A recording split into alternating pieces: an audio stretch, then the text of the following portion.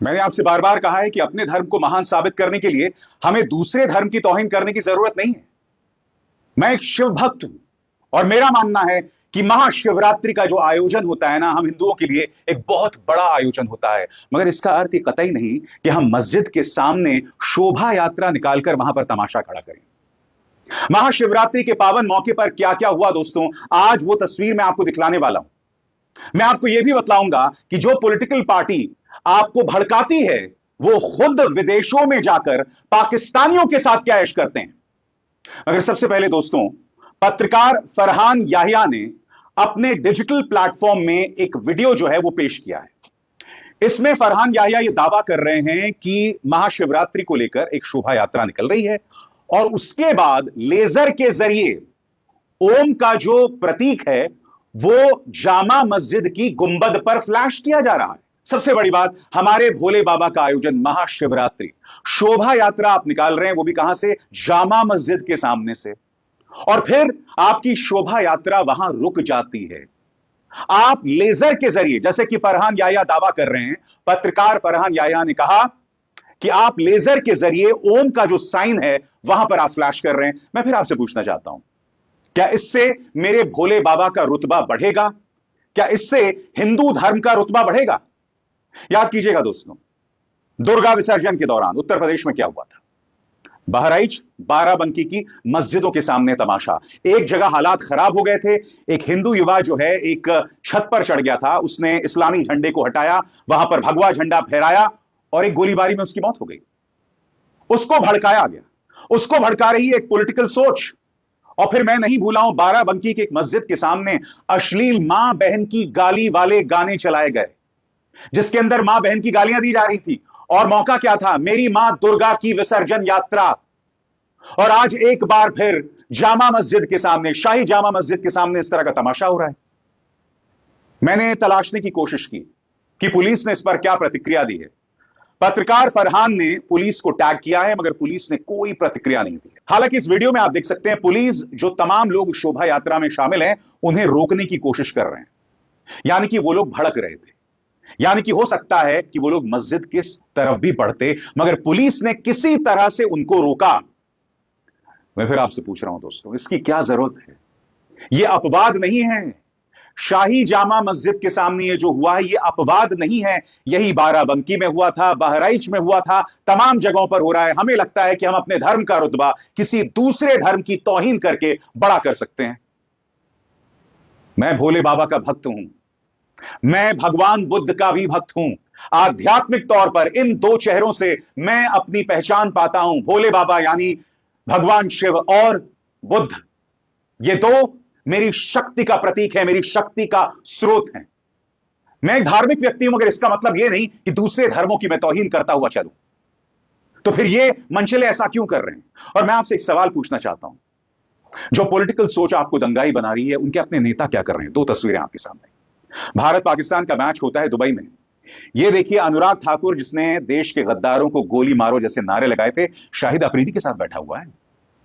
एक और वीडियो आया था, उनके साथ शाहिद अफरीदी, जय शाह, शोएब अख्तर, वो बैठे हुए थे मैच के अंदर। सारे एक साथ मिलकर मैच देख रहे थे। अब इस तस्वीर को देखिए, इसके अंदर जय शाह भी हैं, शोएब अख्तर भी हैं, तमाम लोग बैठे हुए, राजीव शुक्ला भी हैं, कांग्रेस के नेता हैं। ये लोग ऐश कर रहे हैं। इन तमाम चेहरों को देखिए। अनुराग ठाकुर, इनका बेटा विदेशों में पढ़ाई करता है। निशिकांत दुबे, इनके बेटे ने न सिर्फ विदेशों में पढ़ाई की, वो वहां नौकरी भी कर रहा है। आपके स्क्रीन पर ये हैं शिवराज सिंह चौहान, पूर्व मध्य प्रदेश के मुख्यमंत्री और मौजूदा कृषि मंत्री। इनका बेटा भी विदेशों से डिग्री इसने हासिल की है। अजय आलोक, भाजपा का भड़काऊ वाहियात प्रवक्ता, इसके दोनों बेटे अमेरिकी नागरिक हैं। आप सारा खेला देख रहे हैं। इन्होंने एक पूरी जमात खड़ी कर दी है जो धर्म के नाम पर इस तरह की हरकतें कर रहा है। हर तरफ भड़काऊ चीजें। मैं फिर कह रहा हूं दोस्तों, इससे मेरे हिंदू धर्म का रुतबा कैसे बढ़ रहा है। और यह इकलौती मिसाल नहीं है, मैं आपको देहरादून लेकर चलना चाहता हूं। यहां पर देखिए किस तरह के नारे लगाए जा रहे हैं, क्यों लगाए जा रहे हैं, कुछ देर बाद देखिए। अयोध्या तो झांकी है, मथुरा काशी बाकी है। अयोध्या तो झांकी है, मथुरा काशी बाकी है। अयोध्या तो झांकी है, मथुरा काशी बाकी है। अयोध्या तो झांकी है, मथुरा काशी बाकी है। हिंदुस्तान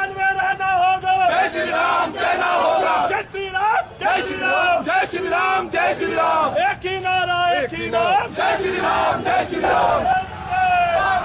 वंदे मातरम वंदे मातरम वंदे वंदे जय श्री राम जय श्री राम। हमें आगे जाने दो जाने दो जाने दो हमें आगे जाने दो जाने दो जाने दो। मस्जिदों की आवाज बंद करो बंद करो बंद करो।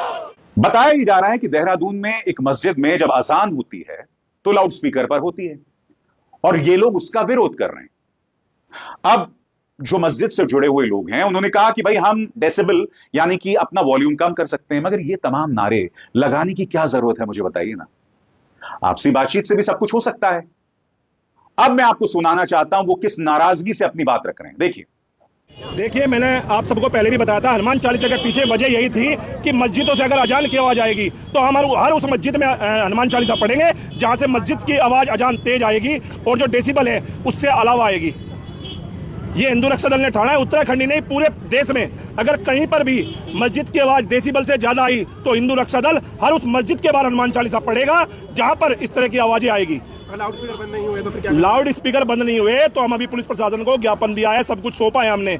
हमारे पे दूसरी और तीसरी कार्रवाई भी करनी आती है। अभी पुलिस प्रशासन ने रोक दिया, इस बार हमें रोक नहीं पाएगा। इस बार हम मस्जिद के अंदर जाके हनुमान चालीसा करेंगे। अब सुनिए, मस्जिद से जुड़े जो लोग हैं वो खुद कह रहे हैं कि हम जो है आवाज को कम कर देंगे। इतनी आसान सी बात, मगर किस तरह के भड़काऊ नारे लगाए गए आपने खुद ने सुना। इस देश में रहना है तो जय श्री राम कहना होगा। साहब, इस देश में कई धर्म के लोग हैं, हिंदू मुस्लिम सिख ईसाई, सब अपने धर्म का पालन करते हैं। किसी पर जोर आजमाइश नहीं हो सकती नारे लगाने को लेकर।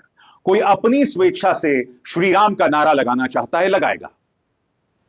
मुझ पर कोई जबरदस्ती करेगा तो मैं भी उनकी बात नहीं सुनने वाला हूं। मैं अपने दिल से जय सिया राम का नारा लगाऊंगा। मुझ पर भी आप जोर जबरदस्ती नहीं कर सकते हैं। अब सुनिए मस्जिद प्रशासन क्या कह रहा है।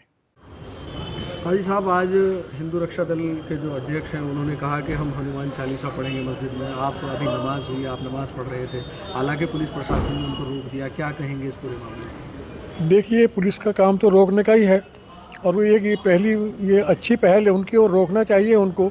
फसाद की तरफ नहीं बढ़ा देना चाहिए किसी को। हम लोग तो इससे नावाकिफ़ थे, हम तो अपना नमाज़ पढ़ने में लगे हुए हैं, समझे। और ये तमाम चीज़ें जो है ना फसाद की जड़ होती हैं। और ये अज़ान को लेकर के हम अगर चाहें तो हम इससे भी कम कर सकते हैं अज़ान। हम तो शांतिपूर्ण आदमी हैं, इससे भी कम कर सकते हैं, समझे। अगर अज़ान से कोई शिकायत है, कोई परेशानी है तो हम इससे भी कम आवाज़ कम कर सकते हैं। हालात जो है वहां बेकाबू हो गए थे दोस्तों, और जैसा कि आप देख सकते हैं मस्जिद के ठीक बाहर पुलिस ने यहां पर बैरिकेडिंग लगा दी थी। जाहिर सी बात है पुलिस भी यहां पर कंट्रोल उन लोगों को कर रही है जो लोग मस्जिद की तरफ बढ़ रहे थे, हालात को खराब करने के लिए। और मैं आपको फिर याद दिलाना चाहूंगा अनुराग ठाकुर की, प्रवेश साहिब सिंह वर्मा की। ये वो लोग हैं जो भाजपा में मंत्री हैं, नेता हैं, मगर ये लोग चुनावों में आकर भड़काऊ बयान देते हैं। प्रवेश साहिब सिंह वर्मा के भी 3 बहुत प्यारे प्यारे बच्चे हैं, 2 नेक लड़कियां हैं और 1 लड़का है। बहुत प्यारे बच्चे हैं, मैंने देखा उनको। मगर चुनावों के अंदर ये किस तरह के नारे लगाते हैं कि ये शाहीन बाग के लोग तुम्हारे घर में घुसकर तुम्हारी बेटियों और औरतों का बलात्कार करेंगे। क्या इस तरह की शिक्षा ये अपने बच्चों को देते होंगे? अनुराग ठाकुर जिस बेशर्मी से आज से 5 साल पहले नारे लगा रहा था, क्या इस तरह की शिक्षा ये अपने बच्चों को देगा? तो आप लोग क्यों भ्रमित हो रहे हैं? आप लोग क्यों भड़ककर देहरादून की मस्जिद के सामने खड़े हो जाते हैं? या शाही जामा मस्जिद के सामने आप इस तरह से लेजर शो क्यों करते हैं?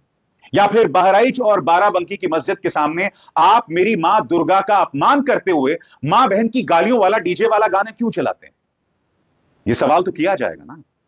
अब मैं आपको एक और वीडियो दिखाना चाहता हूं। बताया जा रहा है ये झारखंड का वीडियो है। एक अपाहिज मुसलमान जो है वो अपनी गाड़ी में जा रहा है और आप देखिएगा एक व्यक्ति उनकी गाड़ी पर लात मारता है और फिर उनकी टोपी लेकर भाग जाता है।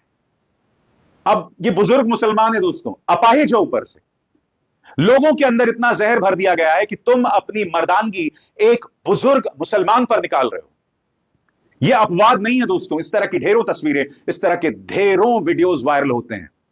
मगर आपको सोचना पड़ेगा इस तरह की हरकत करके आप क्या हासिल कर रहे हैं, मैं आपसे पूछ रहा हूं ना। यह अपने आप में बहुत बड़ी त्रासदी है। और सबसे बड़ी बात, जब मैं तमाम बातें आपके सामने रखता हूं तो कुछ भड़काऊ, कुछ लोग मुझे आकर गाली देते हैं, कुछ अंधभक्त मुझे ही आकर गाली देते हैं, जबकि मैं तो आपके हित की बात कर रहा हूं ना। अरे भाजपा के नेता के बच्चे कभी सड़क पर उतरे हैं ये सब हरकतें करने? नहीं, सब विदेशों में पढ़ाई कर रहे हैं। भाजपा के मंत्री और नेता खुद मालपुआ खा रहे हैं, विधानसभाओं में, संसद के अंदर मंत्री बने हुए हैं। और आप क्या कर रहे हैं? आप नासमझों की तरह अपने धार्मिक आयोजनों में दूसरे के धार्मिक स्थल के सामने इस तरह का बवाल कर रहे हैं। मैं आपसे पूछना चाहता हूं क्यों, और ये करके आपको क्या हासिल हो रहा है? मुझे बताइए ना, क्या हासिल हो रहा है? कम से कम महाशिवरात्रि के पावन मौके को तो छोड़ देते। मगर ये वो लोग हैं जिन्होंने दुर्गा विसर्जन यात्रा को नहीं बख्शा साहब, हमारी मां को नहीं बख्शा, तो भोले बाबा को क्या ही बख्शते।